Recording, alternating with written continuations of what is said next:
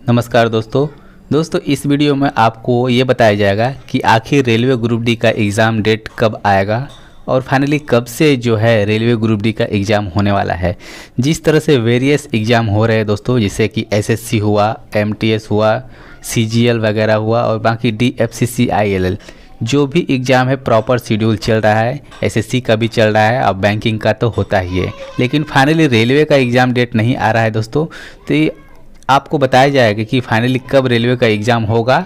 और उससे पहले आपको एक चीज़ बता दिया जा रहा है कि जो भी कैंडिडेट जो भी अभी सीरियस नहीं हुए रेलवे के प्रति और फॉर्म फिलअप करके छोड़ दिए हैं, वो जल्द से जल्द अपना तैयारी एग्ज़ाम स्टार्ट कर दे, क्योंकि जिस भी कैंडिडेट का मार्क्स जो है 40 मार्क्स और 50 मार्क्स के बीच में आ रहा है उसको इम्प्रूव करना ही पड़ेगा। क्योंकि प्रीवियस ईयर देखा गया है, अगर आपको इंस्टेंट सिलेक्शन लेना है ग्रुप डी एग्ज़ाम के तुरंत बाद तो आपको कम से कम 70 प्लस तो मार्क्स लाना ही पड़ेगा। और इससे कम मार्क्स लाएंगे तो दोस्तों आपका सिलेक्शन होगा, लेकिन इंस्टेंट नहीं होगा।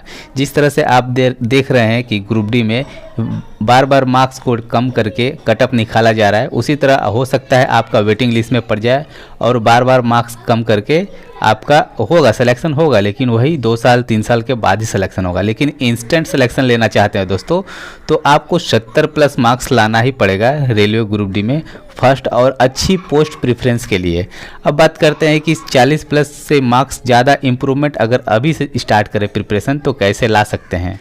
सबसे पहले बात कि यदि आपको 70 या उसके प्लस में मार्क्स लाना है तो जो भी प्रीवियस ईयर का बुक है उसे छोड़ दीजिए। चाहे आप किरण का बुक ले या फिर आरएस अग्रवाल सर का बुक ले या फिर जो भी बुक हो या फिर राकेश यादव सर का बुक ले, उसको अभी सॉल्व करना छोड़िए, क्योंकि वो सभी मोटे मोटे बुक हैं।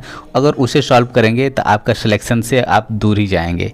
सबसे पहले करना क्या है, जो भी रेलवे का प्रीवियस ईयर एग्ज़ाम हुआ है उसमें सबसे फर्स्ट आपको देखना है कि आरआरबी ग्रुप डी जो है 2018 में हुआ है वो रेलवे ग्रुप डी का, उसके बाद एनटीपीसी का जो भी एग्ज़ाम हुआ है और उसके बाद भी आरपीएफ का जो एग्ज़ाम हुआ है, इस तीनों का आप मैथ और रीजनिंग प्रॉपर तरह से सॉल्व करिए। और सॉल्व करने के बाद उसमें जो भी है उसे जो सवाल में आपको प्रॉब्लम हो रहा है उसे बार बार बनाइए, शॉर्ट लिस्ट कीजिए, तभी आप सिलेक्शन ले पाएंगे। ये तो रहा मैथ और रीजनिंग की बात। जीके में भी सेम प्रोसेस है। जीके में भी आप प्रीवियस ईयर पेपर और जीके जो रेलवे ग्रुप डी में बेसिकली साइंस के लिए आपको इम्पोर्टेंट पढ़ना पड़ेगा।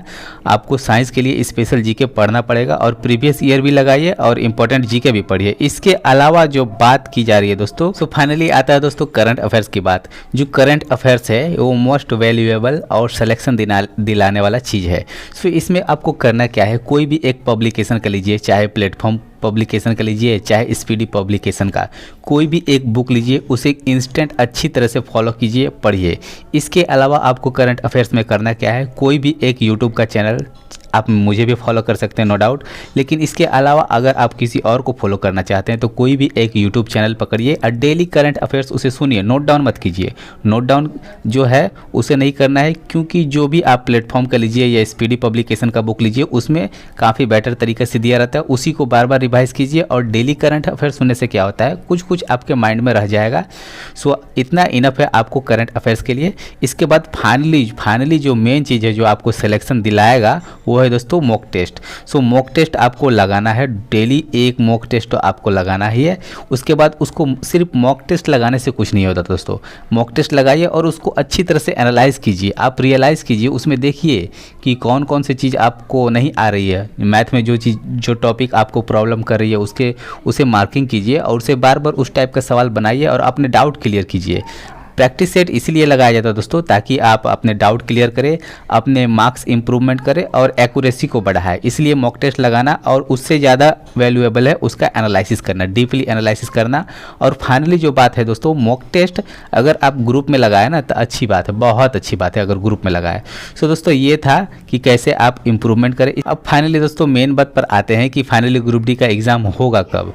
सो ग्रुप डी का एग्ज़ाम जिस तरह से वेरियस इंस्टीट्यूट अभी बिजी चल रही है, चाहे जैसे कि वेरियस एग्ज़ाम अभी TCS ही कराता है, रेलवे का जितना भी कराया है TCS ही, तो TCS के पास अभी दिसंबर तक का कोई टाइम नहीं है।